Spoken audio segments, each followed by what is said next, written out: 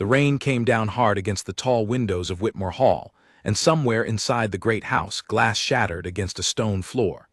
Duke Alastair Whitmore stood over the broken pieces of a crystal decanter, his knuckles white, his breathing sharp. Moments before, he had received a letter.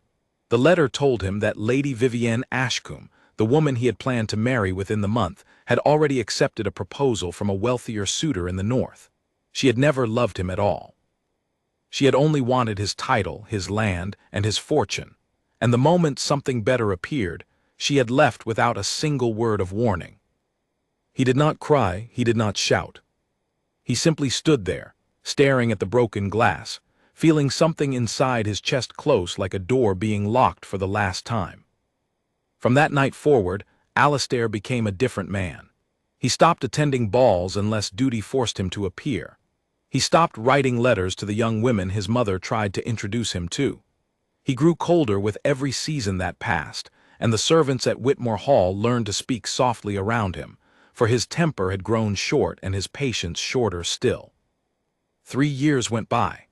Alastair was now 28 years old, one of the wealthiest men in the county, admired by many and understood by almost no one. He had built a wall around his heart so high that even his own mother, the Duchess Eleanor, worried she might never see him smile again. "You cannot spend your whole life alone," she told him one morning as they sat together in the breakfast room. Sunlight poured through the windows, but it did nothing to soften the hard look on her son's face. "I am not alone, Mother," Alastair said, not lifting his eyes from the papers in front of him. "I have my estate, I have my responsibilities, that is enough." "That is not a life, that is a prison you have built for yourself." Alastair set down his papers and looked at her, his gray eyes calm but distant. "Every woman I have ever known wanted something from me. My title, my money, my name. Vivienne taught me that lesson well, and I do not intend to forget it. All women are the same, Mother. They smile sweetly and speak softly, but underneath, they are all counting the coins in my pocket." The Duchess sighed, but she said nothing more. She had heard this speech many times before, and she knew that no words of hers could change her son's mind. Only time, or perhaps something far stranger than time, might do that. That evening, Whitmore Hall was preparing for a grand ball. Every window glowed with candlelight, and carriages lined the long gravel road leading up to the entrance. The Duchess had planned the event for weeks, hoping that surrounded by music and laughter, her son might finally begin to soften. Guests from every noble family in the region had been invited, and rumors had already spread that several young ladies intended to catch the Duke's attention that very night. Alastair dressed in his finest coat, but his heart was not in it. He stood at the top of the grand staircase, looking down at the crowd of guests below, each one smiling up at him with practiced charm. He recognized the look in their eyes immediately. It was the same look Vivienne once gave him, the look of someone measuring his worth in gold rather than in kindness. He endured perhaps an hour of forced conversation, bowing politely to mothers who paraded their daughters before him like prized horses at a market. Each young woman spoke of his fine home, his handsome face, his generous fortune, but none of them asked him a single question about who he truly was. By the time the musicians began their third song, Alastair could bear it no longer. He slipped quietly through a side door, calling for his horse to be saddled. The stable boy, surprised to see the Duke leaving his own party, said nothing, and did as he was told. Within minutes, Alastair was riding hard into the darkening countryside, the sound of music and laughter fading behind him with every stride his horse took. He rode without any true direction, simply grateful for the cold night air against his face and the silence of the open fields. The estate stretched far beyond the manor house itself, reaching into farmland that had belonged to the Whitmore family for generations. Alastair rarely visited these outer lands. He preferred to leave such matters to his steward, a practical man named Mr. Prout, who managed the tenant farms and collected the rents each season. The storm clouds that had threatened all evening finally broke, and rain began to fall in heavy sheets. Alastair cursed under his breath and pulled his horse toward a narrow dirt road, hoping to find shelter before the storm grew worse. It was then that his horse stumbled, and Alistair felt the animal favor its front leg immediately. He dismounted quickly, running his hand along the horse's leg, and found that a shoe had come loose, twisting awkwardly against the stone-covered path. "Wonderful," he muttered, glancing around at the darkness surrounding him. He could see no manor house nearby, no stable, nothing but fields and the shape of a small farmhouse in the distance, its windows glowing with a faint, warm light. He had little choice. Leading his limping horse by the reins, Alistair walked toward the farmhouse, rain soaking through his fine coat and dripping from his hair into his eyes. Mud clung to his boots, boots that had cost more than most farmers earned in a year, and by the time he reached the small wooden gate, he looked nothing like the powerful Duke who had left his own ball less than an hour before. He knocked on the door, and after a moment it opened just enough for a young woman to peer out at him. She held a lantern in one hand, its light casting long shadows across her face. Her hair was tied back loosely, a few strands falling free around her cheeks, and she wore a simple dress, plain and practical, nothing like the silk gowns Alistair had spent the evening surrounded by.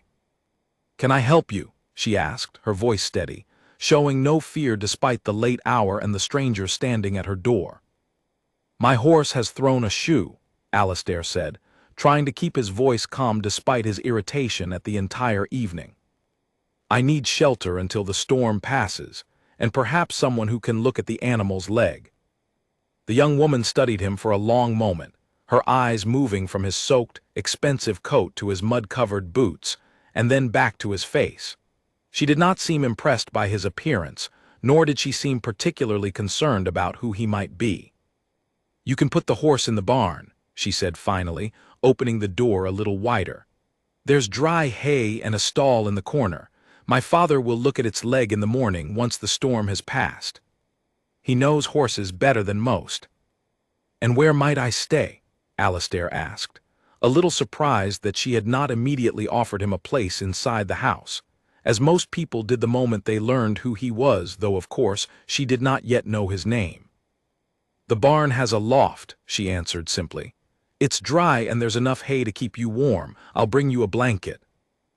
Alistair opened his mouth to argue, to explain that he was not accustomed to sleeping in barns, that he was the Duke of Whitmore and deserved far better treatment than a farmer's barn could offer. But something about the calm, unbothered way she looked at him made the words die in his throat. She was not being unkind. She was simply treating him the way she would treat any stranger who appeared at her door in the middle of a storm, and there was something oddly refreshing about that. "Thank you," he said instead, surprising even himself.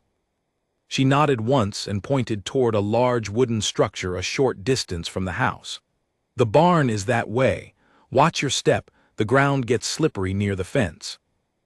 Alistair led his horse toward the barn, glancing back once to see the young woman still standing in the doorway, watching him with an expression he could not quite read. It was not admiration, and it was certainly not the calculating interest he had grown so used to seeing in the eyes of noble ladies. It looked almost like simple curiosity, the kind one might show toward an unusual bird that had landed in the garden. Inside the barn, the air smelled of hay and earth, warm and dry despite the storm raging outside. Alistair settled his horse into an empty stall, checking the animal's leg carefully in the dim light of a single lantern hanging from a wooden beam. The injury did not appear serious, though the horse would clearly need rest before it could be ridden again. He climbed the ladder to the loft, finding a soft bed of hay waiting for him, along with a folded wool blanket that must have been left by the young woman while he tended to his horse. He sat down slowly, still soaked from the rain, and looked around at his unfamiliar surroundings. The loft was simple, nothing like the grand bedchambers of Whitmore Hall, yet there was something peaceful about the quiet sound of rain against the roof and the gentle shifting of his horse in the stall below. For the first time in longer than he could remember, Alistair found himself thinking not of Vivienne, nor of the endless parade of young women who had smiled at him that evening with hunger in their eyes. Instead, he found himself thinking of the young woman at the door, who had looked at him not as a duke, but simply as a stranger caught in a storm. He did not yet know her name. He did not know that she was the daughter of the very farmer whose small piece of land bordered his own vast estate, struggling through a difficult season with debts weighing heavily on her family. He did not know that within these next few weeks, everything he believed about women, about love, and about himself would be tested in ways he never could have imagined. All he knew, as he lay back in the hay and listened to the storm slowly beginning to ease outside, was that for the first time in 3 long years, his mind felt quiet. And somewhere deep inside him, buried beneath layers of anger and mistrust, something long forgotten stirred faintly awake. Sleep came slowly that night, but when it finally arrived, Alistair dreamed not of broken glass and betrayal, but of a lantern glowing warmly in a farmhouse window, and a pair of steady eyes that had looked at him without asking for anything at all. Morning came slowly over the small farm, the storm clouds breaking apart to reveal a pale, washed-out sky. Alistair woke to the sound of a rooster crowing somewhere near the house, and for a moment he forgot where he was. He sat up in the hay, his fine coat now wrinkled and stiff from the rain, and looked around at the simple wooden loft with a strange sense of disorientation. Then the memory of the night before returned to him, and he almost laughed at the absurdity of his situation. The Duke of Whitmore, sleeping in a barn like a common traveler. He climbed down the ladder carefully, his boots sinking slightly into the loose hay scattered across the barn floor. His horse stood quietly in its stall, favoring its injured leg but otherwise calm. Alistair ran a hand along its neck, speaking softly, when he heard footsteps approaching from outside. The barn door swung open, and the young woman from the night before stepped inside, carrying a bucket of water in each hand. She wore a simple brown dress, her sleeves rolled up past her elbows, and her hair was pulled back into a practical braid. She stopped short when she saw him standing there, clearly not expecting him to already be awake. "You're up early," she said, setting the buckets down near the stalls. "I did not sleep particularly well," Alistair admitted, though in truth, he had slept better than he had in months. "The hay is not quite what I am accustomed to." The young woman raised an eyebrow, a faint smile pulling at the corner of her mouth, though she quickly hid it. "I imagine not. Most fine gentlemen prefer feather beds and silk sheets." "You assume a great deal about me," Alistair said, unable to keep a slight edge from creeping into his voice. "I assume based on what I see," she replied simply, picking up one of the buckets and carrying it toward the horse trough. "Your coat costs more than this entire barn, and your boots have never touched a field of mud before last night. I do not need to know your name to guess at your circumstances." Alistair found himself oddly amused rather than offended. Most women who addressed him spoke with careful flattery, choosing their words to please him rather than to speak honestly. This young woman clearly had no interest in flattering anyone.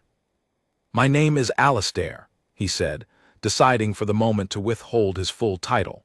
He was curious, in a way he could not quite explain, to see how she might treat him if she believed him to be nothing more than an ordinary traveler. "Ilara," she replied, pouring water into the trough without looking up at him. "Ilara Bennett. This is my father's farm, though these days I do most of the work myself." "Where is your father?" "Resting," Ilara said, and something in her voice grew quieter, more guarded. "He has not been well these past months. His chest troubles him, especially in the cold and the damp." She glanced toward the farmhouse, worry flickering briefly across her face before she pushed it away and returned her attention to the horse. "Your animal's leg does not look too serious. A day of rest and a new shoe from the blacksmith in the village, and it should be able to travel again." "The village is far from here." 2 hours by cart, longer by foot," Ilara answered. "I would take the horse myself, but I cannot leave my father alone for that long, and there is too much work here to spare the time in any case." Alistair considered this for a moment, an idea forming in his mind that surprised even him. "Then let me help with your work today, in exchange for the room in your barn and whatever meal you might spare. Once my horse has rested, I can walk it to the village myself, if you can point me in the right direction." Ilara turned to look at him fully for the first time that morning, studying his face as though trying to determine whether he was joking. "You want to work on the farm?" I am capable of more than fine clothing might suggest, Alastair said, though even as he spoke the words, he wondered if they were entirely true. He had never once, in 28 years, lifted a shovel or carried a bucket of water for any purpose beyond curiosity. Very well, Alara said, a hint of challenge in her voice now. The fence along the east field needs mending, and the chickens have not been fed. If you are truly willing to work, I will not turn away the help. And so began a day unlike any Alastair had experienced in his entire life. Alara led him first to the chicken coop, showing him how to scatter feed across the ground while keeping the more aggressive hens from chasing away the smaller ones. He fumbled through the task clumsily at first, drawing a short laugh from Alara when one particularly stubborn hen pecked at his hand. They can sense when someone does not belong, she said, though there was no real cruelty in her teasing. I belong here as much as anyone, Alastair replied, shaking out his stinging hand. The chickens simply have poor judgment. They moved on to the east field, where a section of wooden fence had collapsed under the weight of last season's storms. Alara showed him how to set the posts firmly into the ground, how to angle the wood so it would hold against the wind, and how to secure everything with rope and nails. Alastair's hands, soft and uncalloused from a life of ease, soon grew red and sore, but he refused to complain, driven by something he could not quite name. Perhaps it was pride. Perhaps it was something else entirely. As they worked, Alara spoke more freely than she had that morning, though she still revealed little about herself beyond simple facts. Her mother had passed away when she was only 12 years old, leaving her to help raise the farm alongside her father. She had 2 younger brothers, both of whom had left for the city several years before, seeking work that paid better wages than farming ever could. Neither brother had returned, not even to visit, though Alara spoke of this without any apparent bitterness, simply stating it as a fact of her life. "Do you not wish to leave as well?" Alastair asked, pausing to wipe sweat from his brow despite the cool autumn air. "And leave my father to manage alone?" "No," Alara said firmly. "This land has been in our family for 3 generations. I will not be the one to abandon it, no matter how difficult the work becomes. Even if it means you never marry, never have a life beyond these fields." Alara looked at him sharply, and for a moment Alastair worried he had overstepped some invisible boundary. But instead of anger, he saw only quiet resolve in her expression. "A life spent caring for the people and the land I love is not a life wasted, Alastair. I do not need grand halls or fine silks to be content. I simply need honest work and honest people around me." She paused, then added, almost as an afterthought, "Not everyone measures a good life by the size of their house or the weight of their purse." Something in her words struck Alastair deeply, though he could not immediately explain why. He thought of Vivienne, who had measured everything by exactly those standards, and he thought of the young women at the ball the night before, each one calculating his worth before offering him a single genuine smile. Alara, by contrast, had no idea who he truly was, and yet she spoke to him with more honesty than anyone had offered him in years. By midday, they had finished repairing most of the fence, and Alara led him back toward the farmhouse for a simple meal of bread, cheese, and a thin vegetable stew. Her father, a thin man with graying hair and tired eyes, sat near the fireplace, wrapped in a woolen blanket despite the mild temperature inside the house. He greeted Alastair politely, though his voice carried a rasping cough that worried Alastair more than he expected it to. "Alara tells me you've been helping with the fence," the old farmer said, studying Alastair with the same careful assessment his daughter had shown the night before. Not many fine gentlemen would dirty their hands for a stranger's farm. "I find the work clears the mind," Alastair replied honestly, surprising himself once again with how true the statement felt. The old man chuckled softly, though the sound turned quickly into a cough that left him breathless for several moments. Alara rushed to his side immediately, helping him sip from a cup of warm water, her face tight with concern that she quickly tried to hide once her father's breathing steadied. "He needs a doctor," Alastair said quietly. Once the old man had settled back into his chair, his eyes closed with exhaustion. "We cannot afford a doctor," Elara said, her voice low so her father would not hear. "Not this season. The harvest was poor, and what little coin we saved has already gone toward the debt we owe."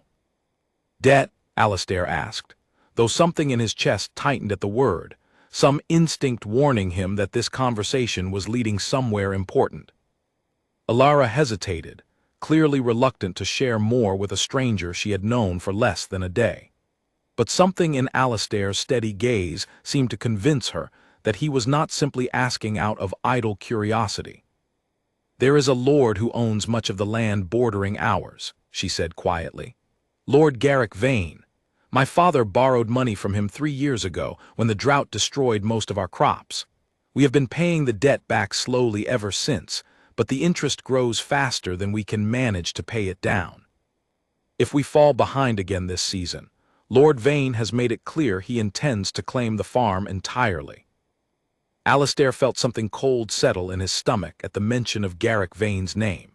He knew the man, though only distantly, having encountered him a handful of times at gatherings among the county's nobility. Vane had always struck Alistair as ambitious and calculating, the kind of man who smiled warmly in public while pursuing his own interests without any real regard for those he might harm along the way. "That seems an unfair arrangement," Alistair said carefully. "Life is often unfair to those without power," Elara replied simply, no self-pity in her voice, only quiet acceptance of a truth she had clearly lived with for a long time. "We manage as best we can. My father worked hard before his illness took hold, and I intend to work just as hard now, for as long as it takes to pay what we owe." Alistair said nothing more on the subject, though his mind turned the information over carefully as the afternoon continued. He helped Elara with the remaining farm chores, learning to milk a stubborn goat, to gather vegetables from a small garden, and to chop firewood for the evening fire, each task leaving him more exhausted than the last, yet strangely more satisfied than any evening spent at a grand ball. As the sun began to set, painting the sky in shades of orange and deep red, Alistair found himself sitting on the farmhouse steps beside Elara, both of them tired from the day's labor. She had brought out 2 cups of warm cider, offering one to him without a word, and for a long moment they simply sat in comfortable silence, watching the light fade slowly across the fields. "Thank you," Alistair said finally, "for allowing a stranger into your home." "You worked hard today," Elara replied. "That earns more trust from me than fine words ever could." She glanced at him sideways, a small, genuine smile touching her lips for the first time since they had met. "You are not quite what I expected, Alistair, whoever you truly are." Alistair felt his chest tighten at her words, aware that she suspected there was more to him than he had revealed, yet she had not pushed him to explain himself, had not demanded answers the way so many others in his life had demanded things from him. He looked out at the darkening fields, at the simple farmhouse, and the barn where his horse rested peacefully, and he felt something he had not felt in 3 long years. He felt, for the first time since Vivienne's betrayal, that he might be standing at the edge of something worth discovering. The days that followed fell into an unexpected rhythm. Alistair told himself each morning that he would leave once his horse had fully recovered, that he had responsibilities waiting at Whitmore Hall that could not be ignored forever. Yet each morning he found some reason to stay a little longer. The horse's legs still needed rest, he told himself on the 2nd day. The fence along the north pasture needed repairing before the next storm arrived, he reasoned on the 3rd. By the 4th day, he no longer bothered inventing excuses, and simply woke before dawn, climbed down from the loft, and joined Elara in the morning chores as though he had always belonged there. Word had not yet reached the farm of the Duke's mysterious absence from his own estate. Mr. Prout, Alistair's steward, had assumed his employer had simply taken to riding alone for a few days, a habit Alistair had shown before during difficult seasons of his life. No one thought to search the outer farmlands for him, and Alistair, for reasons he did not fully examine, made no effort to send word back to the hall. Elara's father, whom Alistair learned was named Edmund Bennet, grew slightly stronger over those days, though his cough never fully disappeared. He spent most mornings resting near the fireplace, watching with quiet amusement as his daughter and the mysterious stranger worked side by side across the farm. Edmund said little, but Alastair often caught the old man studying him carefully, as though trying to solve some puzzle he had not yet fully understood. "You handle a shovel poorly for a man who claims to have worked farms before," Edmund said one afternoon, as Alastair struggled to dig a new drainage ditch along the edge of the garden. "I never claimed such a thing," Alastair replied, pausing to catch his breath, sweat dripping down his neck despite the cool weather. "I simply said I was willing to learn." Edmund chuckled softly, the sound rough but genuine. "A rare quality, willingness. Most men your age, dressed as fine as you were the night you arrived, would have demanded a carriage be sent for them rather than lift a single finger." Alastair said nothing, though the old man's words settled uncomfortably in his chest. He had begun to realize, somewhere over these past days, that his silence about his true identity had grown from simple curiosity into something closer to a lie, and the longer it continued, the more difficult it became to imagine correcting it. That evening, as the sun dipped low over the fields, Alara found Alastair sitting alone near the barn, sharpening a set of old farming tools with a whetstone she had shown him how to use. She sat down beside him without a word, watching the motion of his hands for a long moment before speaking. "You are troubled about something," she said. It was not a question. Alastair set down the tool he had been working on, considering how much of the truth he was willing to share. "I have not been entirely honest with you, Alara." Her expression did not change, though her eyes sharpened slightly with attention. "I gathered as much. A man does not simply appear at a stranger's door in fine clothing, then spend days working a farm without some deeper story behind him." "My name is Alastair," he said slowly, "but I have not given you my full name. I am Alastair Whitmore, Duke of Whitmore." For a long moment, Alara said nothing at all. She simply looked at him, her expression unreadable, and Alastair braced himself for anger, for accusations of mockery, for the same cold calculation he had seen in the eyes of so many other women once they learned of his true wealth and status. Instead, Alara laughed. It was not a cruel laugh, nor a mocking one, but genuine, warm amusement that seemed to surprise even her. "You are telling me," she said, still smiling, "that the Duke of Whitmore has spent the last 4 days mucking out my chicken coop and digging drainage ditches in my garden." "It would seem so," Alastair admitted, unable to keep a small smile from forming on his own face. "Why?" Alara asked, her laughter fading into genuine curiosity. "Surely a man of your position has servants for such tasks. Why would you choose to stay, to work, when you could have simply sent word to your estate and been carried home in comfort within hours?" Alastair considered the question carefully before answering. "Because for the first time in longer than I can remember, no one here has asked me for anything. No one has smiled at me while calculating the value of my title, or spoken kind words while secretly hoping to secure my fortune. You looked at me, Alara, as though I were simply a man, nothing more and nothing less, and I found that I did not wish for that feeling to end so quickly." Alara's expression softened, though a flicker of something cautious remained in her eyes. "You believe all women want only your wealth."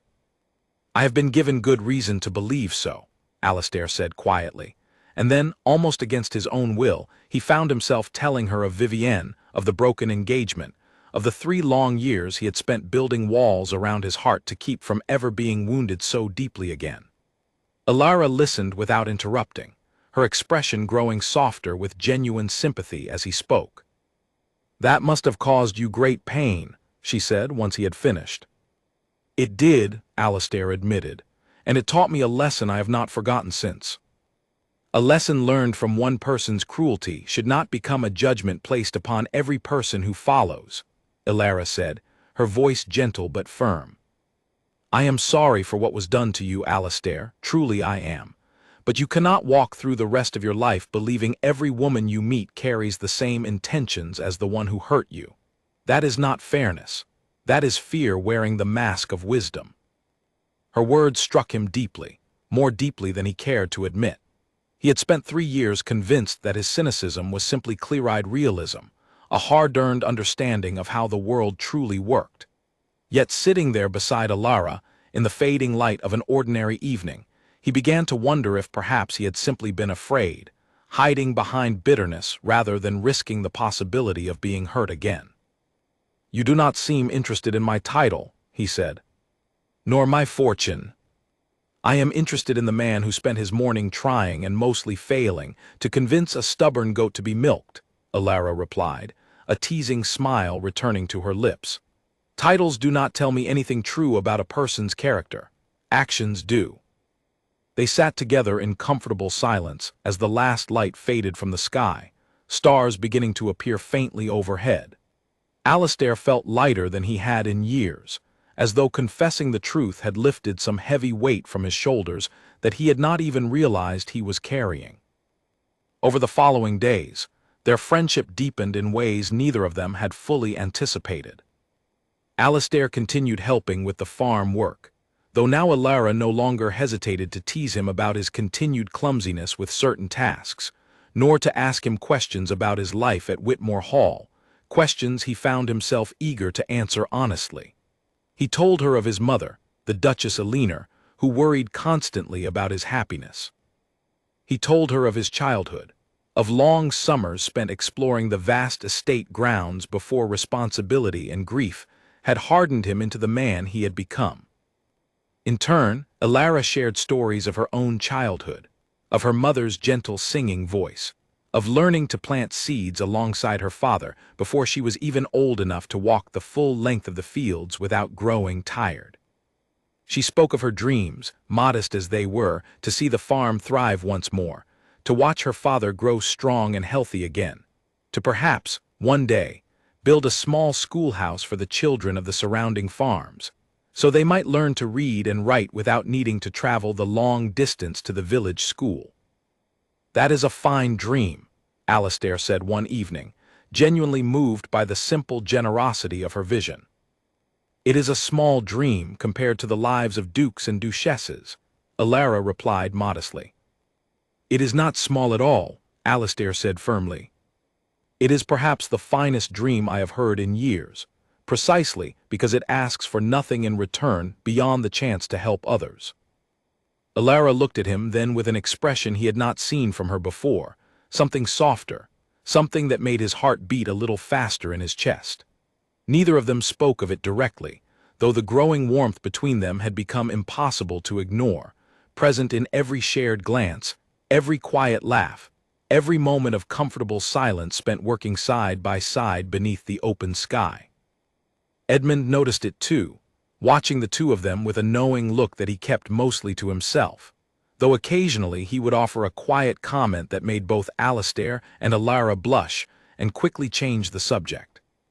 "You should tell your mother where you have been," Edmund said one morning, as Alistair helped him carry a basket of freshly gathered eggs toward the kitchen. "A worried mother is a difficult thing to carry on one's conscience." Alistair knew the old man was right, and yet he found himself reluctant to leave, even for a single day, fearing somehow that once he returned to Whitmore Hall, the strange, quiet magic of these past days might dissolve entirely, leaving him once again alone with his bitterness and his walls. "I will send word," Alistair promised, and that same afternoon he wrote a brief letter to his mother, explaining only that he was safe and would return within the week, without revealing any further details of where he had been staying or why. He gave the letter to a passing merchant traveling toward the hall, trusting the man to deliver it faithfully. That evening, as he and Alara walked together along the edge of the east field, watching the sun set in brilliant shades of gold and violet, Alistair found himself reaching for her hand, hesitating only a moment before she gently laced her fingers through his own. "I do not know what will happen once I return to Whitmore Hall," Alistair admitted quietly. "I do not know how to explain any of this to my mother, to my steward, to the world that expects a duke to marry within his own class, to choose a wife based on wealth and status rather than character." "Then perhaps," Alara said softly, "you should not worry about explaining it to anyone else just yet." Perhaps it is enough, for now, simply to know it for yourself.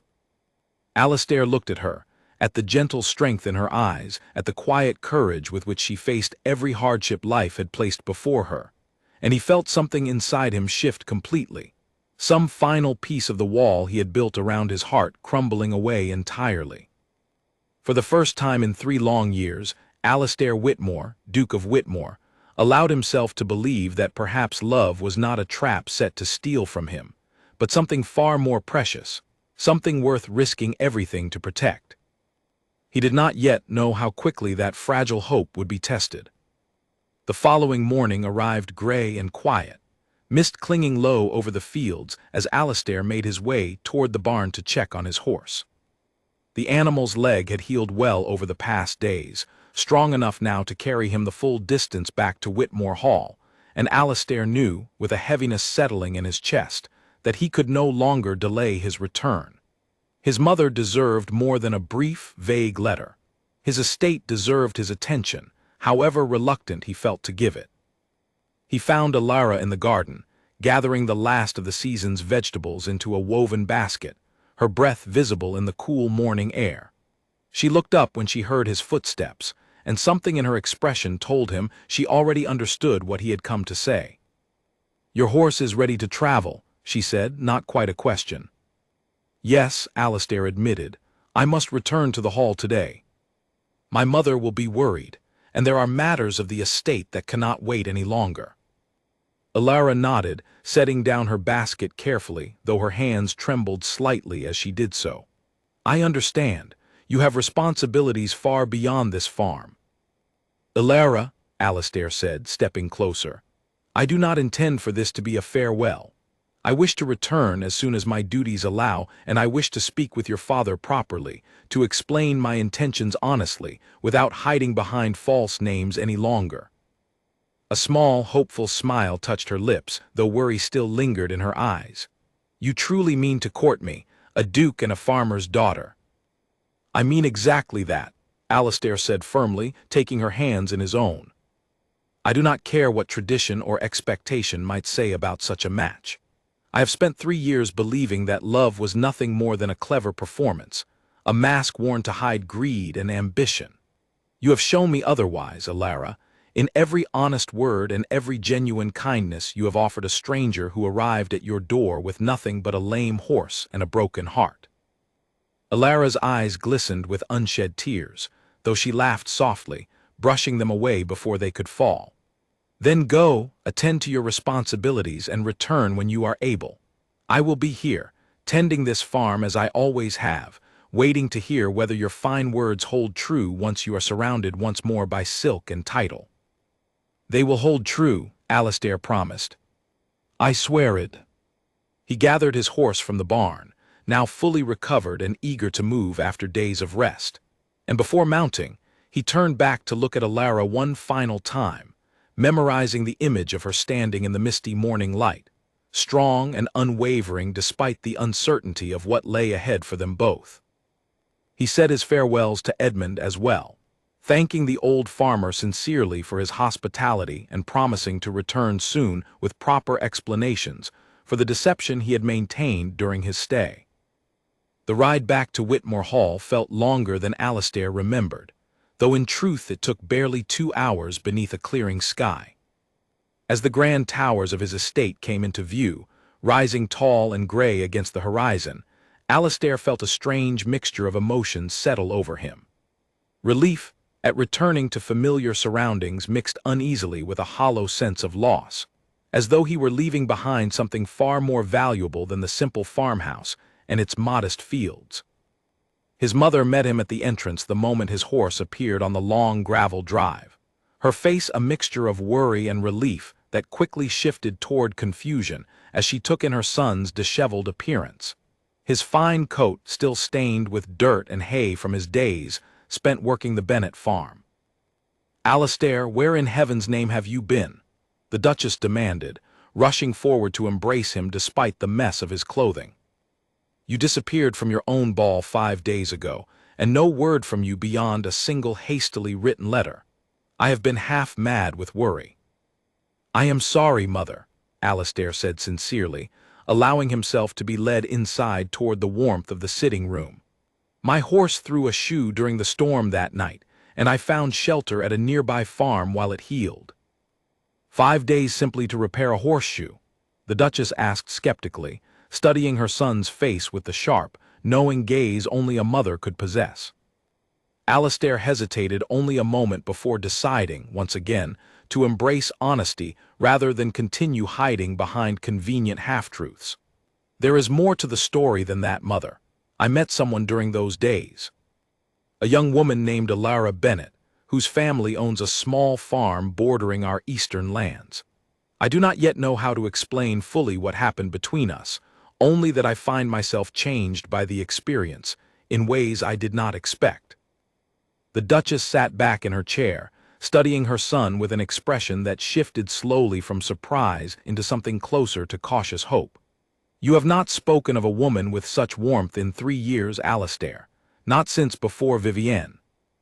This is nothing like what happened with Vivienne, Alistair said firmly. Alara wanted nothing from me. She did not even know my true name until I chose to reveal it myself, days into our acquaintance.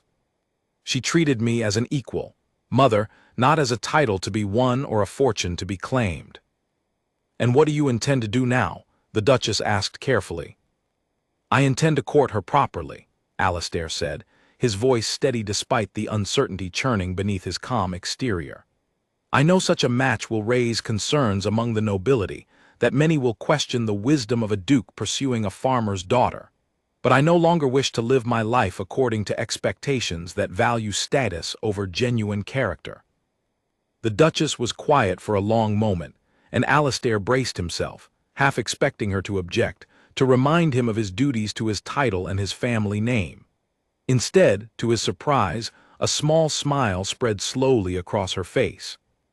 Your father was a farmer's son himself, originally, before circumstances elevated our family's fortunes 3 generations ago, she said gently. It seems fitting, in a strange way, that you might find happiness by returning to such humble beginnings. I only ask that you proceed carefully, Alistair. Not everyone will share my open mind on this matter, and Alara Bennett will face scrutiny far harsher than anything you yourself might encounter. I understand, Alistair said, gratitude warming his chest at his mother's unexpected support. I will do everything within my power to protect her from unkindness. Over the following days, Alistair attended to the neglected matters of his estate, meeting with Mr. Prout to review the season's accounts, addressing tenant concerns that had accumulated during his absence, and slowly reintegrating himself into the rhythm of his responsibilities as Duke. Yet even as he worked, his thoughts returned constantly to the small farmhouse, and the young woman who had, in the span of just a few days, completely altered the course of his life. He visited the Bennett farm 3 days after his return, arriving this time in far grander fashion than his first unexpected appearance, dressed properly and accompanied by a small escort befitting his station, though he insisted on approaching the farmhouse alone, on foot, wishing to preserve some sense of the simple honesty that had defined their earlier meetings. Alara met him at the door with a warm smile that eased any remaining doubt from his heart, and Edmund, though initially startled by the sight of a proper duke standing in his humble doorway, welcomed him inside with cautious politeness. I have come to speak with you properly, Mr. Bennett, Alistair said formally, regarding my intentions toward your daughter. Edmund studied him carefully, the same assessing look Alistair had grown familiar with over his days working the farm. And what precisely are your intentions, Duke Whitmore? I wish to court Alara honestly and openly, Alistair said, with the eventual hope, should she and you both consent, of asking for her hand in marriage. A stunned silence filled the small farmhouse. Alara's eyes widened, color rising in her cheeks, while Edmund sat back slowly in his chair, processing the weight of such an unexpected proposal. You understand, Edmund said finally, that many among your class will object strongly to such a match. My daughter has no dowry to offer, no noble blood, nothing beyond her own character and her hard work. I understand fully, Alistair replied without hesitation. And I have come to believe over these past days that character and hard work are worth far more than dowries or noble blood ever could be. I do not seek Alara's hand because of what she can offer my estate, Mr. Bennet. I seek it because she has shown me, more clearly than anyone else in my entire life, what genuine honesty and kindness truly look like. Edmund was quiet for a long moment, glancing toward his daughter, whose eyes shone with hopeful tears she made no attempt to hide. Finally, the old farmer nodded slowly, a warm, if cautious, smile crossing his weathered face. "Then you have my blessing to court her properly, Duke Whitmore," he said. "Though I will warn you now, my daughter possesses a stubborn spirit that will not be easily won by fine words alone. You will need to prove your intentions through action, just as you did during your days working this farm." "I would expect nothing less," Alastair said, glancing toward Alara with a warm smile of his own. Over the following weeks, Alastair returned to the farm regularly, balancing his duties at Whitmore Hall with visits that grew longer and more frequent with each passing day. He continued to help with farm work whenever his schedule allowed, though now he arrived openly as himself, no longer hiding behind a borrowed first name and modest clothing. Word slowly began to spread throughout the county of the unusual courtship between the reclusive Duke of Whitmore and a simple farmer's daughter, and while many among the nobility whispered with disapproval, Alastair found he cared little for their judgment. His happiness, for the first time in years, felt entirely his own, untouched by the calculations and expectations that had governed so much of his previous life. Yet even as their bond grew stronger with each passing day, a darker shadow loomed on the horizon, one that neither Alastair nor Alara had yet fully recognized. Lord Garrick Vane, holder of the debt that still threatened the Bennet family farm, had already begun to hear the same whispers spreading through the county, and the news of the Duke's growing affection for Alara Bennet stirred within him ambitions of his own, ambitions that would soon place Alara and her family in far greater danger than mere financial hardship alone. Lady Cordelia Ashford had always considered herself a woman who noticed everything worth noticing. As the daughter of a well-respected earl and a frequent guest at every significant gathering across the county, she prided herself on knowing the private business of nearly every noble family within a day's ride of Whitmore Hall. So when whispers began circulating about the Duke of Whitmore's mysterious absence during his own ball, followed by rumors of frequent visits to a small tenant farm on the eastern edge of his estate, Cordelia's curiosity would not allow the matter to rest unexamined. She arranged, quite deliberately, to travel the road that passed near the Bennet farm one crisp autumn afternoon, claiming to her companions that she wished simply to visit a nearby friend for tea. In truth, she hoped to catch a glimpse of whatever scandal might be unfolding, eager to be the first among her social circle to confirm or deny the growing rumors. Fortune, or perhaps misfortune, favored her curiosity that day. As her carriage rolled slowly along the narrow country road, Cordelia spotted a familiar figure walking beside a young woman near the edge of a modest field, the two of them laughing together over some shared joke, their heads bent close in easy conversation. She recognized Alastair immediately, despite his plain traveling clothes, having danced with him at more balls than she could easily count over the years. "Stop the carriage," Cordelia commanded her driver, unable to resist the opportunity presenting itself so conveniently. She stepped down onto the road, smoothing her fine skirts, and called out toward the pair with practiced pleasantness. "Duke Whitmore. What an unexpected surprise to find you so far from your own estate." Alastair turned sharply at the sound of his title, his expression shifting immediately from relaxed contentment into careful wariness. Beside him, Alara stiffened noticeably, her eyes moving quickly between Alastair and the elegantly dressed stranger who had just addressed him with such obvious familiarity. "Lady Cordelia," Alastair said stiffly, offering a formal bow despite the informality of the setting. "This is an unexpected meeting." "Indeed it is," Cordelia replied, her sharp eyes moving deliberately toward Alara, taking in every detail of the young woman's simple, practical dress with obvious judgment. "And who might your companion be?" Alastair hesitated, glancing toward Alara with an expression of apology already forming, though the damage, he quickly realized, had already been done. Alara's face had gone pale, her earlier warmth replaced entirely by dawning, horrified understanding. "Duke Whitmore," she repeated quietly, staring at Alistair as though seeing him for the first time. "You are the Duke of Whitmore." "Alara, I can explain," Alistair began, but Alara had already stepped backward, her hands trembling at her sides. "You told me your name was simply Alistair," she said, her voice rising slightly with a mixture of hurt and anger. "You allowed me to believe you were an ordinary traveler for days. You worked my father's farm, ate at our table, slept in our barn, all while hiding the truth of who you truly were. I revealed the truth to you days ago, before I left for Whitmore Hall," Alistair said quickly, desperate to explain himself before the misunderstanding could grow any worse. "I told you my full name and title myself, Alara. You remember this." "You told me after I had already come to care for you," Alara said, her voice cracking slightly despite her obvious effort to remain composed. "How am I to know now what was truth, and what was simply part of some game, some amusement for a bored nobleman seeking distraction from his own troubles?" Cordelia watched this exchange with poorly disguised interest, a small, satisfied smile playing at the corners of her mouth, clearly delighted to have stumbled upon such dramatic proof of the rumors she had come seeking to confirm. "How very touching," she said dryly. "Though I must say, Duke Whitmore, your taste has grown rather unusual since your engagement to Lady Vivienne ended so unfortunately." "That is quite enough, Cordelia," Alistair said sharply, his patience wearing thin.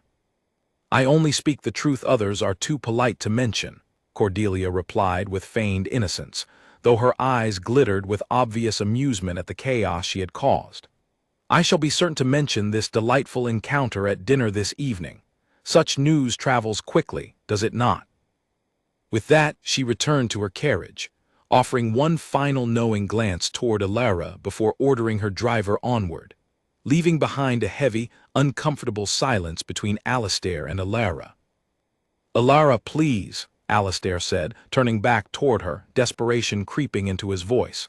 "I never intended to deceive you. When I first arrived at your door, I did not reveal my title because, for the first time in years, someone was treating me as an ordinary man rather than as a title to be pursued. I did not wish for that feeling to end so quickly.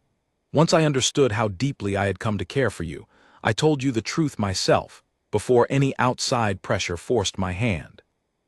"And what am I to think now, Alistair?" Alara asked, tears gathering in her eyes despite her clear attempt to remain strong. "That woman looked at me as though I were nothing more than an amusing distraction for a bored duke. Perhaps she is not entirely wrong.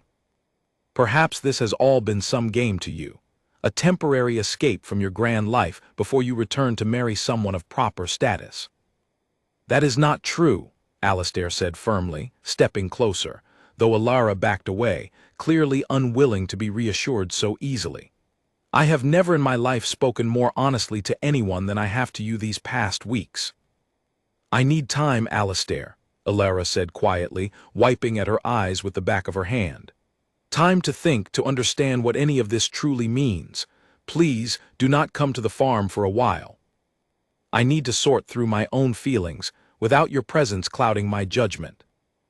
Alistair wanted desperately to argue, to convince her immediately of his sincerity, but something in her expression told him that pressing the matter further would only deepen the wound rather than heal it.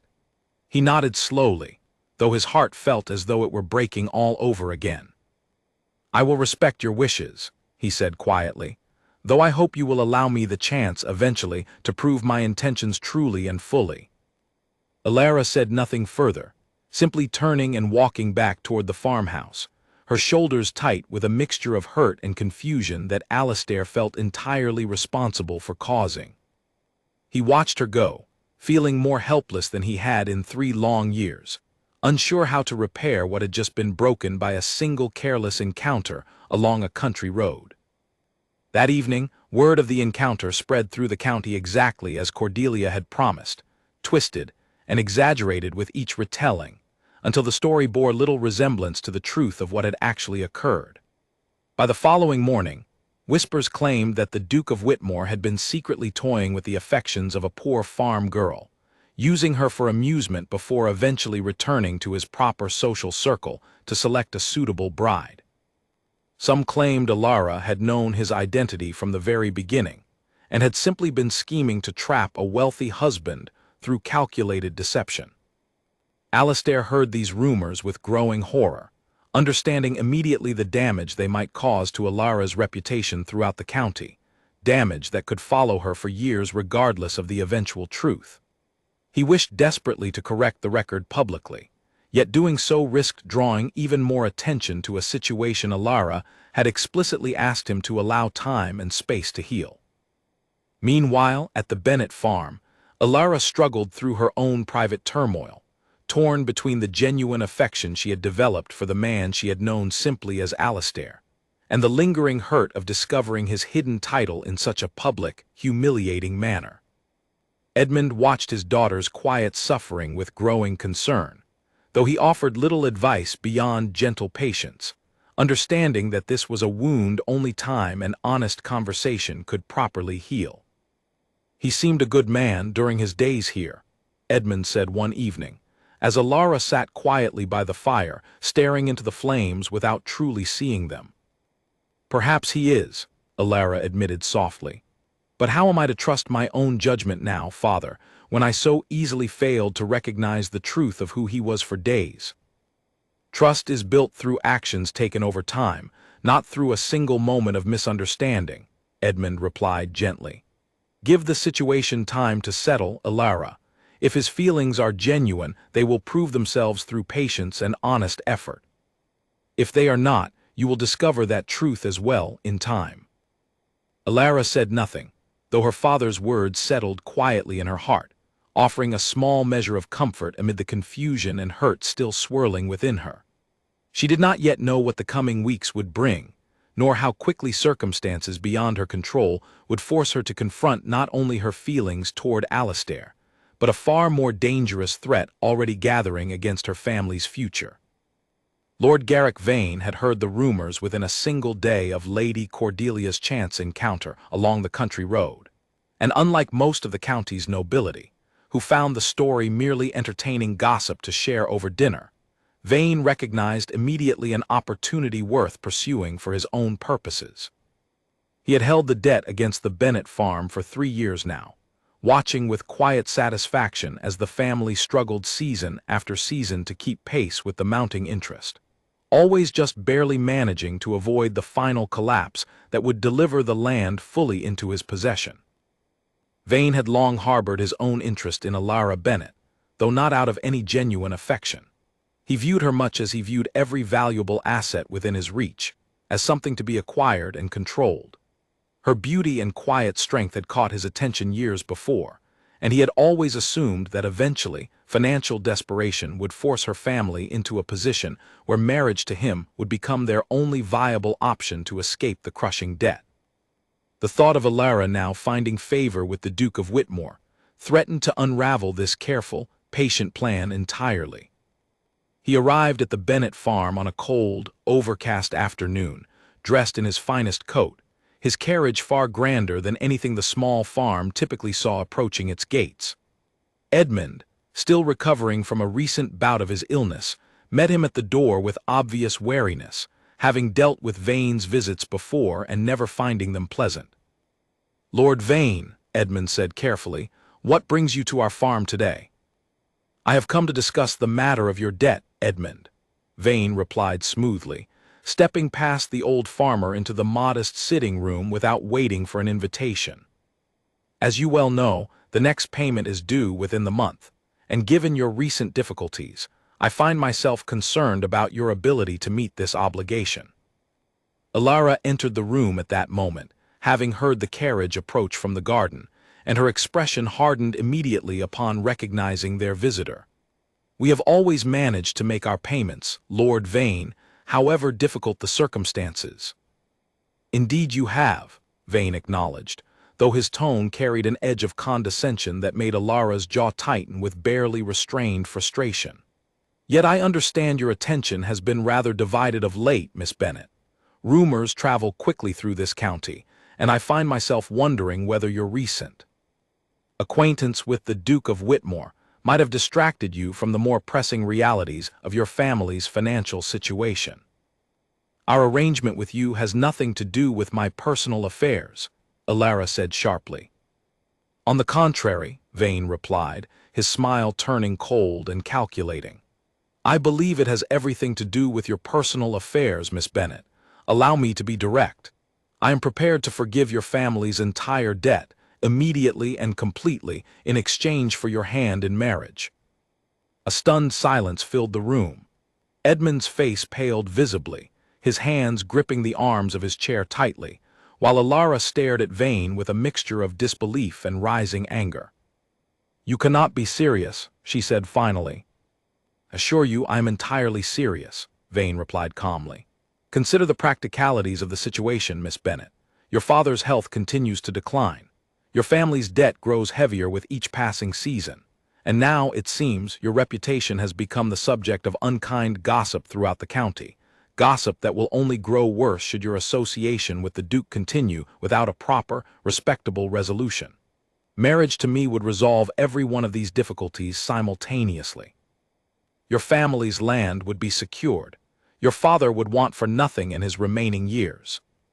And your reputation would be restored through a respectable, legitimate marriage, rather than remaining the subject of scandalous speculation regarding a duke's amusements.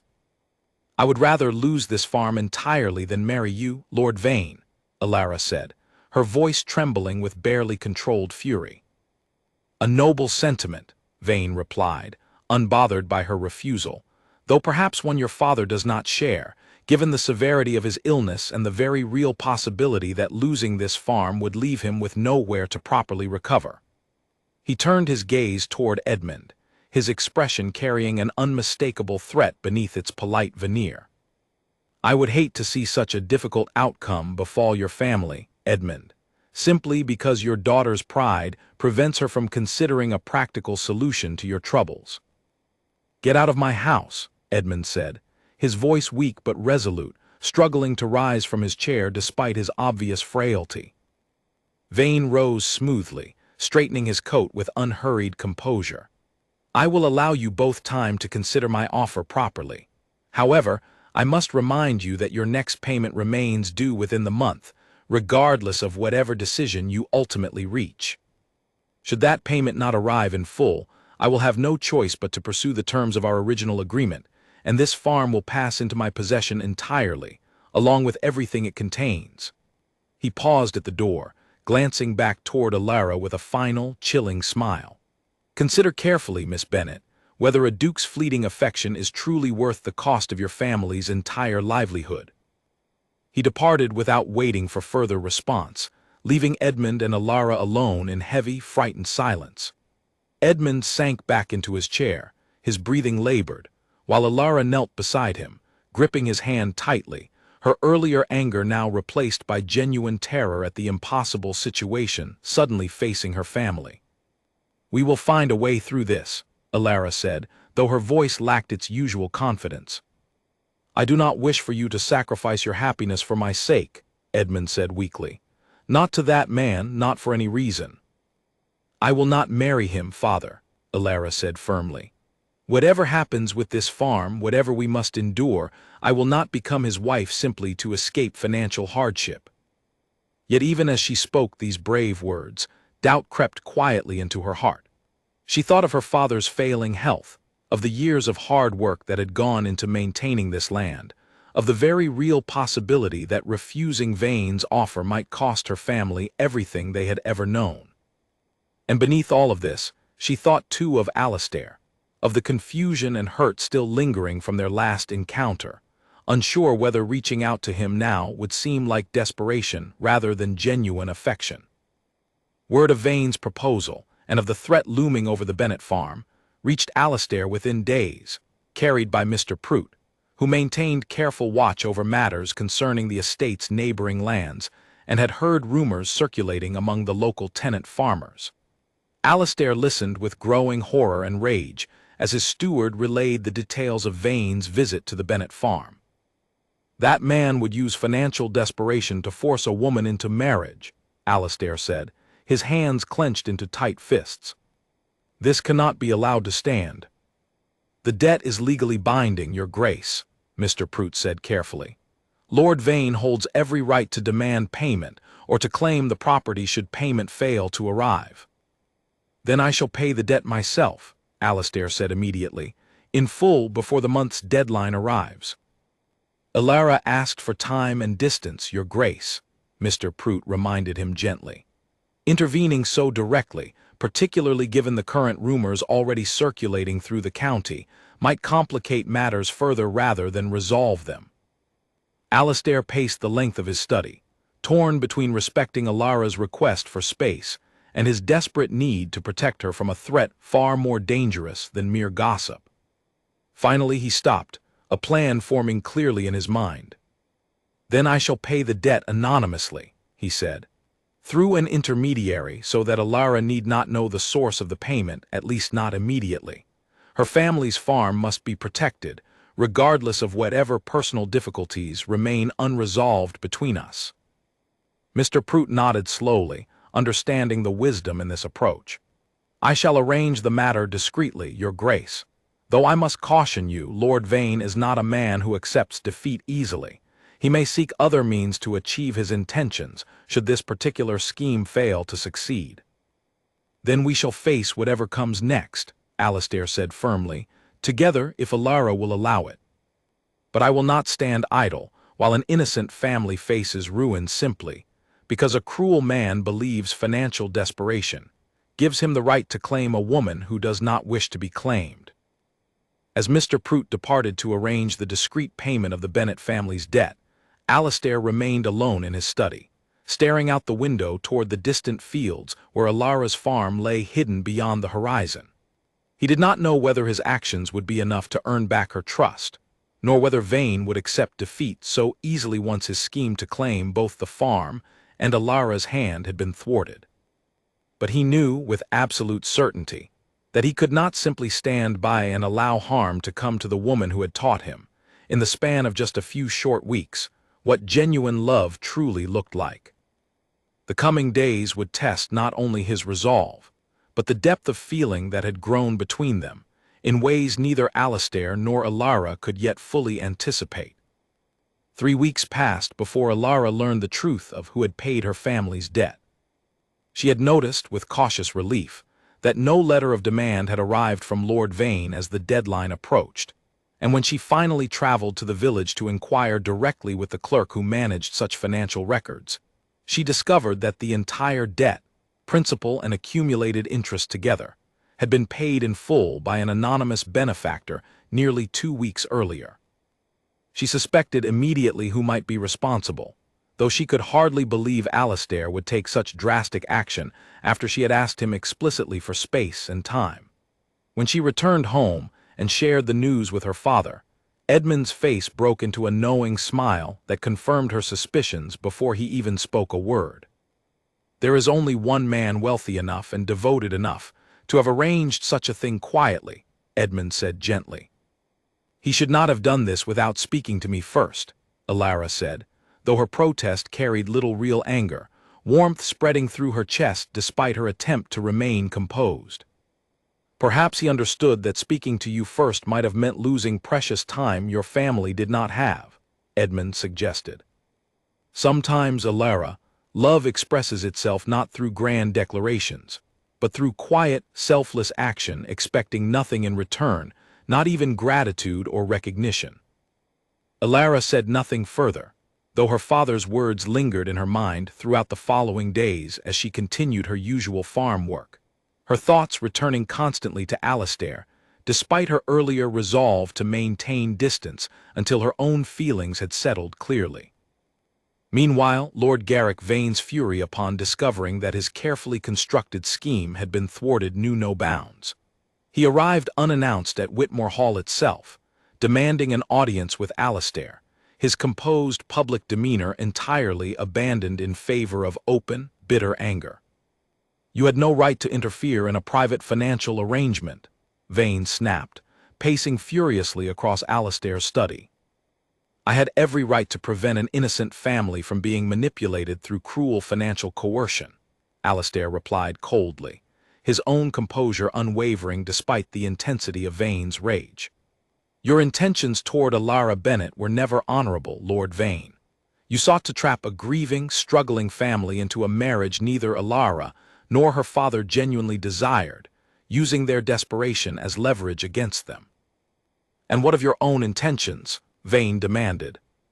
The great Duke of Whitmore, sneaking about disguised as a common traveler, deceiving a poor farm girl into believing herself courted by an ordinary man, before revealing his true identity once her affections had already been secured. How is that any less manipulative than my own arrangement? I never sought to deceive Alara for personal gain, Alastair said sharply. I withheld my title initially out of simple exhaustion with a world that constantly measures my worth by wealth rather than character. Once I understood the depth of my feelings toward her, I revealed the truth myself, without pressure or coercion from any outside source. Vane's expression twisted with barely restrained fury, though he seemed to recognize, finally, that his position offered no further leverage against Alastair's considerable resources and unwavering resolve. This is not finished, Whitmore, he said darkly, before storming from the study without further explanation. Alastair watched him leave with growing unease, sensing that Vane's threat carried more weight than mere wounded pride might suggest. He immediately summoned Mr. Prout, instructing him to keep careful watch over any further schemes Vane might attempt against the Bennett family, though neither man could have fully anticipated the desperate lengths to which Vane would soon go. 2 days later, word reached Alastair that Vane had filed a formal complaint with the county magistrate, accusing Edmund Bennett of falsifying records related to previous debt payments, a serious accusation that, if proven true, could result in severe legal consequences for the aging farmer, including the potential loss of the farm despite its debt having already been fully repaid. Alastair recognized immediately the desperate, baseless nature of these accusations, understanding that Vane sought simply to create enough legal chaos and financial strain to force the Bennett family into a position of renewed vulnerability. He rode immediately to the farm to warn Alara and Edmund of the developing situation, arriving to find Alara already anxiously awaiting news, having heard rumors of the magistrate's involvement through the village grapevine. He means to ruin us through false accusations, now that his original scheme has failed, Alara said, fear evident in her voice as Alastair explained the situation fully. I will not allow that to happen, Alastair said firmly. I have already sent word to the magistrate, along with copies of every legitimate record documenting your family's payments over the years. Mr. Prout has also agreed to testify personally regarding the discrete payment of your family's remaining debt, confirming its legitimate source and full repayment. Why would you go to such lengths for us? Alara asked quietly, though the question carried less suspicion now than genuine, humbled gratitude. Because I love you, Alara, Alastair said simply, the words emerging with a clarity and confidence he had not felt capable of expressing just weeks before. I have loved you since the moment you looked at me as an ordinary stranger, without calculation, without hidden motive, offering simple kindness to someone caught in a storm. Everything I have done since then, hiding my identity initially, revealing it once I understood my own heart, paying your family's debt anonymously, defending you now against Vane's desperate schemes, has come from that same simple truth. I love you, not for what you might offer me, but for exactly who you are. Tears filled Alara's eyes, though this time they carried none of the earlier hurt and confusion that had marked their previous difficult conversation. I love you too, Alastair, she said softly. I have known it for some time now, though fear and pride kept me from admitting it fully, even to myself. They stood together in the quiet farmhouse, the weight of weeks of uncertainty and fear finally beginning to lift, though the immediate danger posed by Vane's false accusations still loomed heavily over their future together.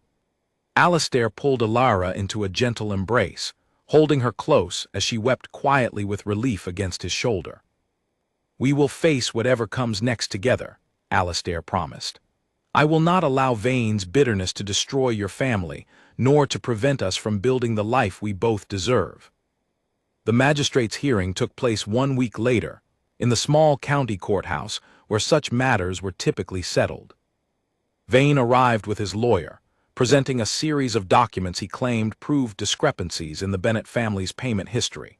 Though under careful examination by Mr. Prout and Alastair's own legal representatives, these documents quickly revealed themselves as poorly forged fabrications, inconsistent in dates and figures that did not align with the legitimate records maintained by both the Bennett family and the county's own financial ledgers. The magistrate, a stern but fair man named Judge Alden Whitfield, listened carefully to the testimony presented by both sides before rendering his judgment with obvious disapproval, directed toward Vane's baseless accusations. It is clear to this court, Judge Whitfield stated firmly, that Lord Vane's accusations against Edmund Bennett are entirely without merit, supported only by fraudulent documentation clearly created for the purpose of harassment and intimidation.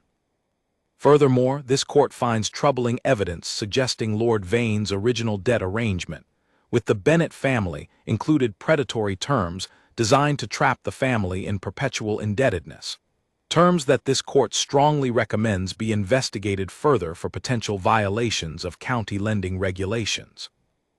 Vane's face paled visibly as the judge's words settled over the courtroom, his careful public reputation crumbling before the assembled witnesses. He was ordered to pay a substantial fine for his fraudulent legal filing, and Judge Whitfield made clear that any further attempts to harass the Bennett family would result in far more severe legal consequences. Alara and Edmund left the courthouse that afternoon with relief and joy evident on both their faces, Alastair walking closely beside them, his hand gently clasped around Alara's own. The threat that had loomed so heavily over their future had finally been resolved, and for the first time in what felt like months, genuine hope for a peaceful, happy future stretched clearly before them. "You saved my family, Alastair," Alara said, as they walked together toward the waiting carriage. "Not once but twice now. I did nothing more than any person who truly loves another would do," Alastair replied humbly. "The strength that carried your family through these difficulties was always your own, Alara and your father's. I simply wished to help however I could." Edmund, walking a step behind them, smiled warmly at the tender exchange, grateful beyond words for the unexpected turn his family's fortunes had taken since the night a mysterious stranger had first appeared at their door, seeking shelter from a passing storm.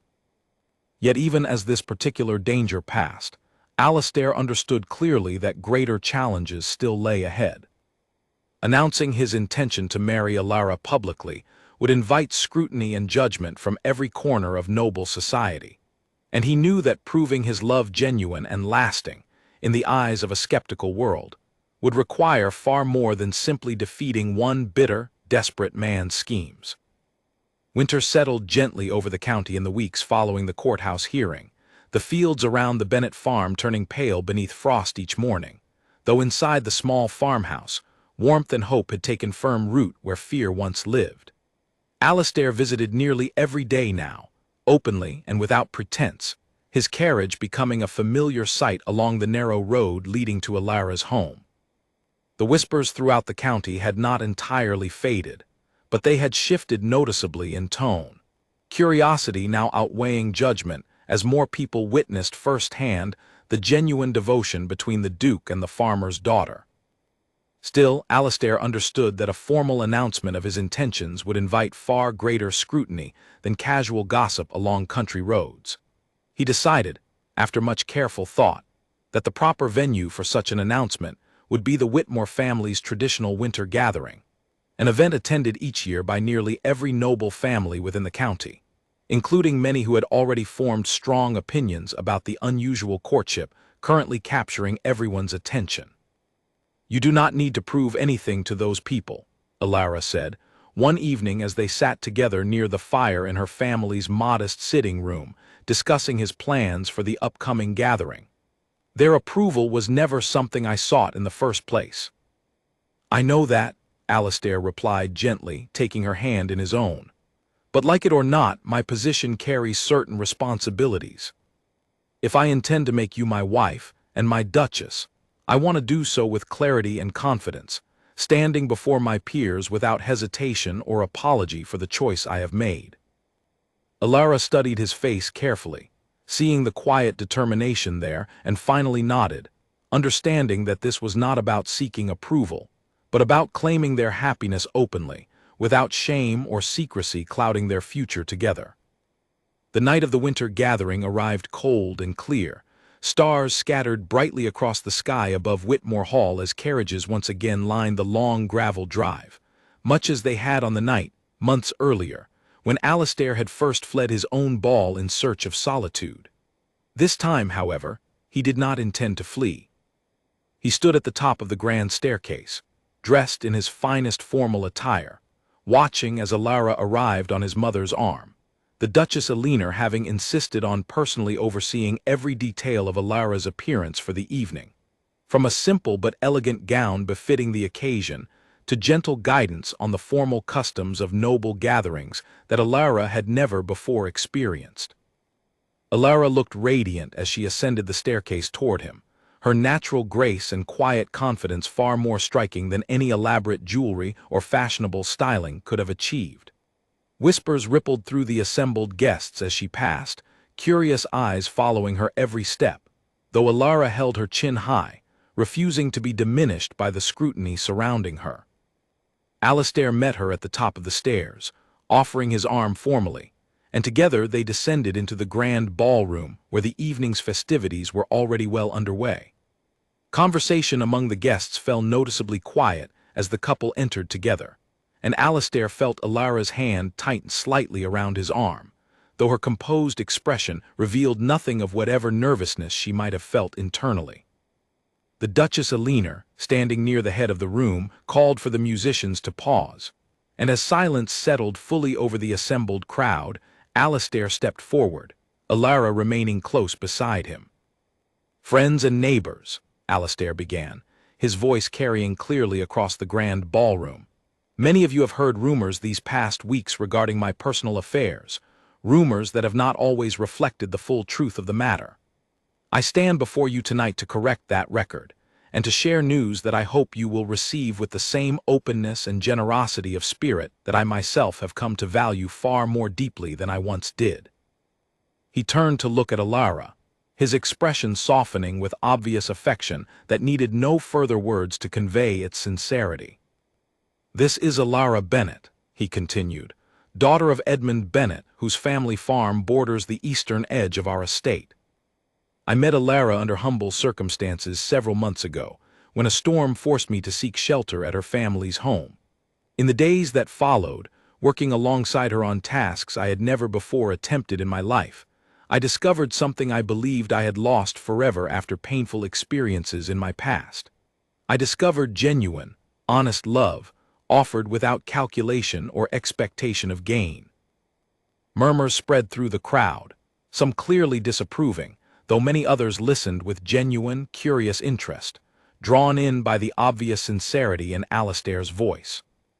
"I have spent 3 years believing that all women were the same," Alistair continued, "that beneath every kind word and warm smile lay only calculated ambition, seeking my title and my fortune rather than valuing me as a person. Alara taught me otherwise. She looked at me for days without any knowledge of who I truly was, and offered nothing but honest kindness and hard-earned respect in return. I was wrong to judge an entire class of people based on the cruelty of one individual, and I am deeply grateful that circumstance, or perhaps fate, brought me to her door that stormy night." He turned fully toward Alara now, lowering himself gracefully onto one knee before the assembled crowd, drawing a small velvet box from within his coat pocket. Gasps rippled through the room as Alara's hands flew to her mouth, tears already gathering in her eyes despite her earlier composure. "Alara Bennet," Alistair said, his voice steady despite the weight of the moment, "you have taught me more about honesty, courage, and genuine love in these past months than I learned in 28 years of noble upbringing. I do not ask you to become my wife because of duty or expectation, but because I cannot imagine building any future that does not include you standing beside me. Will you marry me?" Elara, tears now falling freely down her cheeks, nodded through her emotion, unable to speak for a long moment before finally finding her voice. "Yes," she said softly, then louder with growing confidence. "Yes, Alistair, I will marry you." The ballroom erupted into a mixture of applause and startled murmurs as Alistair rose to slip the ring onto Elara's trembling hand, pulling her into a warm, joyful embrace as the assembled guests looked on, reactions ranging from genuine delight to poorly disguised skepticism. The Duchess Elinor, watching from nearby, wiped happy tears from her own eyes, while several of the county's more traditional noble families exchanged disapproving glances, clearly troubled by the unconventional match unfolding before them. Not everyone present that evening welcomed the announcement warmly. Lady Cordelia Ashford, standing near the edge of the crowd, offered only a tight, insincere smile, her earlier attempts to spread damaging gossip having ultimately failed to prevent this very outcome. Yet even her disapproval could not diminish the genuine joy radiating from Alistair and Elara as they stood together, hand in hand, before the entire gathered assembly of the county's nobility. In the weeks that followed, preparations began for a wedding that would prove, in its own quiet way, just as unconventional as the courtship that had preceded it.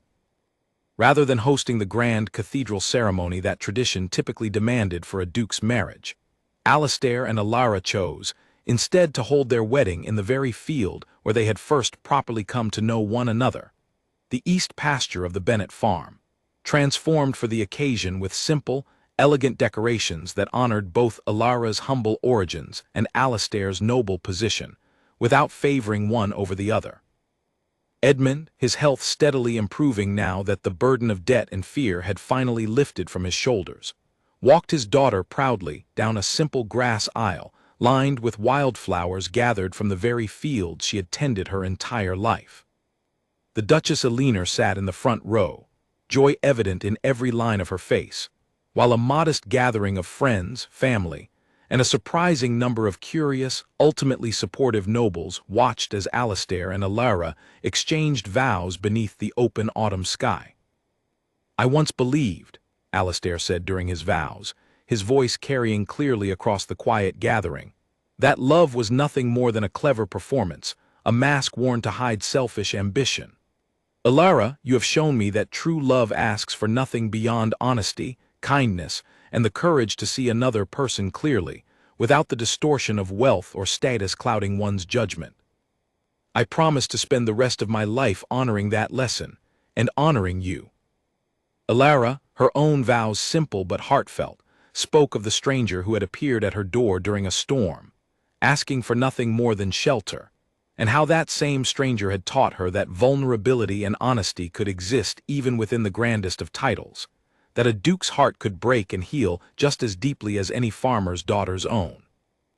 As the ceremony concluded, and the small gathered crowd erupted into warm applause, Alistair pulled Elara into a gentle kiss, sealing their union not with grand spectacle, but with quiet, genuine devotion that both of them understood would carry them through whatever challenges their unconventional life together might still bring. The sun began to set behind them as the celebration continued into the evening, warm golden light spreading across the very fields where their story had first begun months earlier.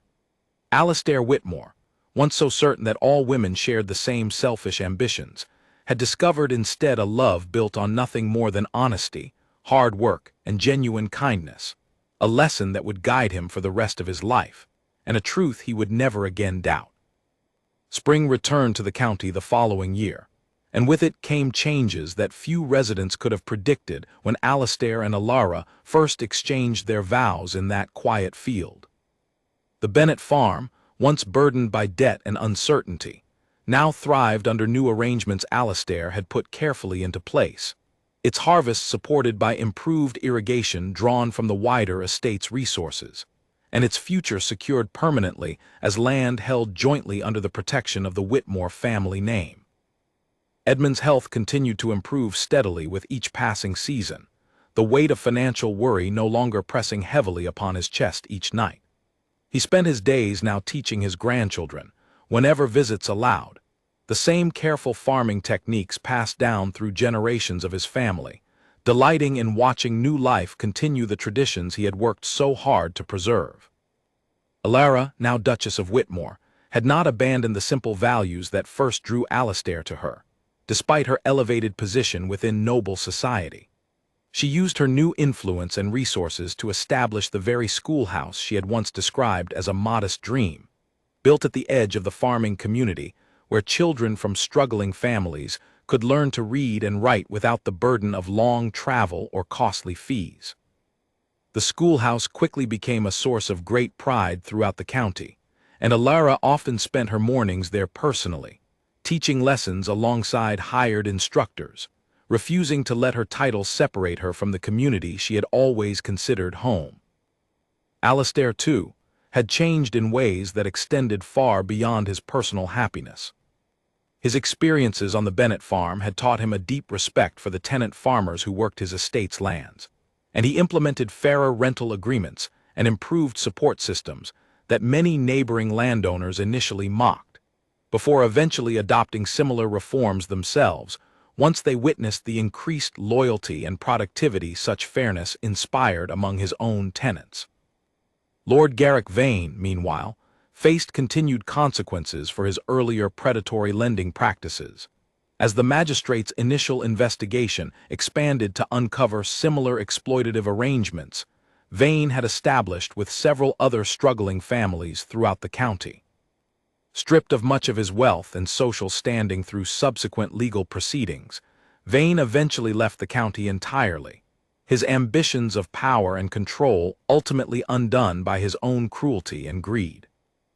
Lady Cordelia Ashford, whose gossip had once threatened to derail Alastair and Alara's growing bond, found herself gradually excluded from many social circles as her reputation for spreading unkind rumors became more widely recognized among the county's nobility.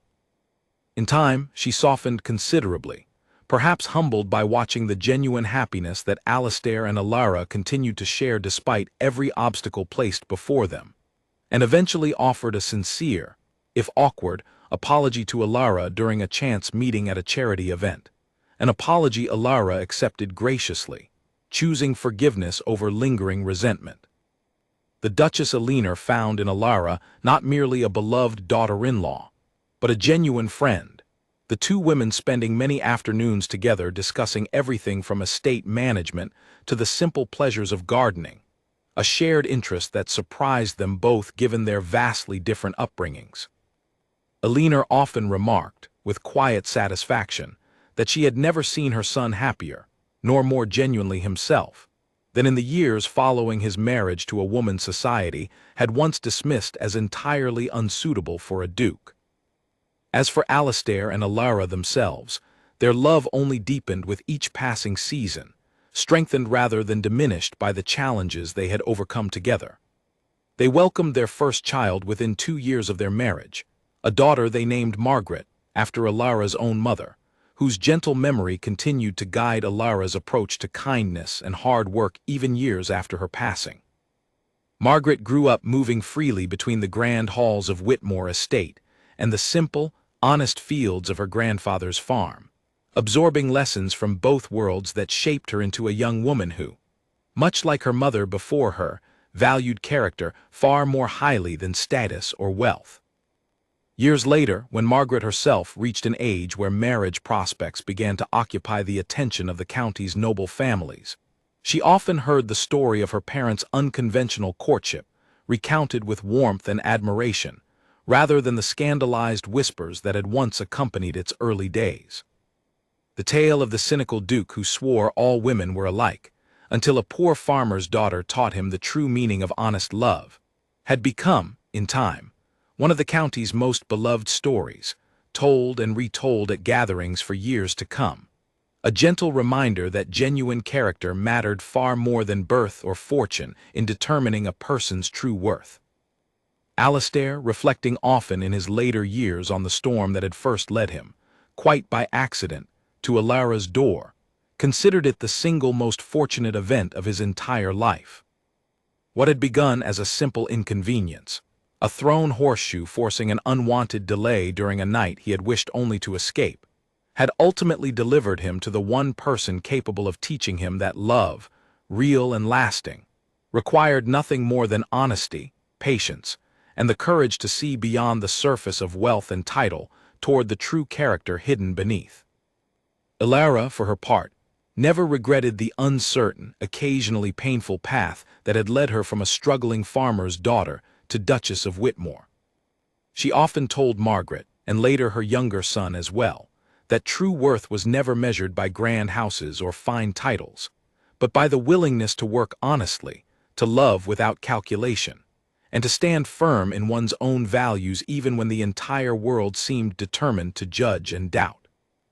Together, Alastair and Alara built a life that honored both their vastly different origins, a life grounded firmly in the simple truth they had discovered together during those first uncertain days at the Bennet farm. Not all people were driven by greed or ambition. Genuine kindness, hard work, and honest love still existed in the world, waiting patiently to be discovered by those willing to look beyond first impressions and easy assumptions.